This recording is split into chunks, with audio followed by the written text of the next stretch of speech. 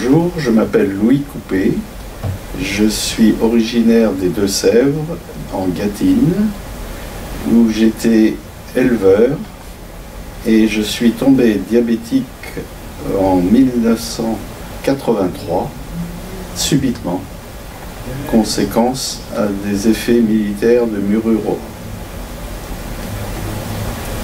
Gérard Pouzin, j'ai 64 ans. Actuellement, je suis président de l'Association française des diabétiques, l'antenne de Niort. Donc, on est rattaché à la Fédération française des diabétiques. Il y a 3 ans, nous avons fait avec mon camarade Michel Clisson une formation qui s'appelle bénévole patient expert pour pouvoir accompagner de façon plus sérieuse, plus complète les autres diabétiques.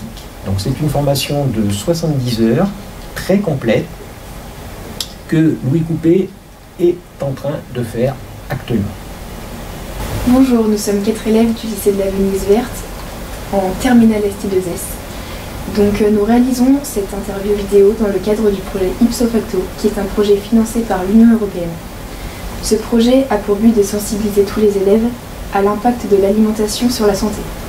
Tous les lycées partenaires du projet interviewent un expert de l'alimentation de leur pays. Avec vous, nous aborderons le sujet de la prise en charge du diabète. Cette vidéo sera projetée devant tous les élèves que nous allons accueillir du 17 au 23 mars. Pour commencer, j'aimerais que vous vous présentiez en quelques mots. Bien, alors bonjour.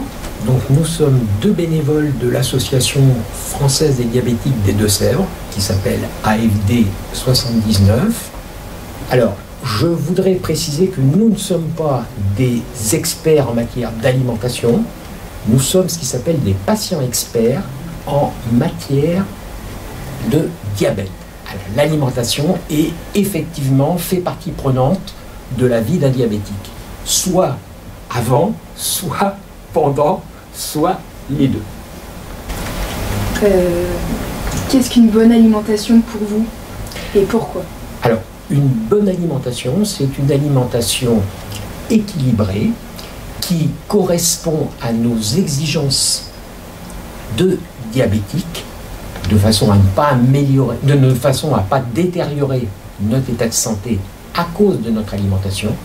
Et une bonne alimentation, c'est une alimentation qui ne génère pas de pathologie. Qu'est-ce que le diabète en général? Ah, c'est une bonne question. Le diabète, c'est un trouble de l'assimilation, de l'utilisation ou du stockage des sucres apportés par l'alimentation. Dans les différents diabètes qui existent, c'est principalement le diabète de type 2 qui actuellement pose problème et représente une véritable épidémie et même pandémie. Ce diabète de type 2 est fortement lié au surpoids, puisque actuellement on estime que 80% des diabétiques de type 2 sont en surpoids. Donc il y a vraiment une corrélation entre surpoids et diabète de type 2 et son explosion. C'est pourquoi l'alimentation est un élément essentiel, aussi bien en ce qui concerne la prévention que le suivi du diabète. Est-ce que le diabète est un phénomène important? Malheureusement, c'est un phénomène très important en France, très important dans le monde. Juste pour citer quelques chiffres, en France, la population, et qui progresse pour un certain nombre de raisons que je vous laisse imaginer. Il faut savoir que la population de diabétiques en France est passée de 2 millions à plus de 4 millions en moins de 20 ans. Et ça continue. Il faut quand même savoir que par exemple un continent comme l'Afrique, où on a très peu de comptages, aujourd'hui le diabète se développe à une vitesse grand V. On n'a pas de chiffres précis, mais on sait que la population est très sensible au diabète. En quoi consiste l'éducation thérapeutique pour le diabète? Alors, ce qu'on appelle l'éducation thérapeutique, je vais prendre la définition exacte pour ne pas dire de bêtises. L'éducation thérapeutique s'inscrit dans le parcours de soins du patient. Elle a pour objet de rendre le patient plus autonome en facilitant son adhésion aux traitements prescrits et en améliorant sa qualité de vie. Elle n'est pas opposable aux malades et ne peut conditionner le taux de remboursement de ses actes et des médicaments. Ça veut dire que ce n'est pas obligatoire, c'est fortement conseillé pour mieux connaître la pathologie, les complications à craindre, les éviter et de plus en plus, pour un certain nombre de pathologies chroniques, on va vers une éducation thérapeutique. Et c'est vraiment dans les priorités de la politique de santé en France actuellement. Quel est le rôle des patients experts?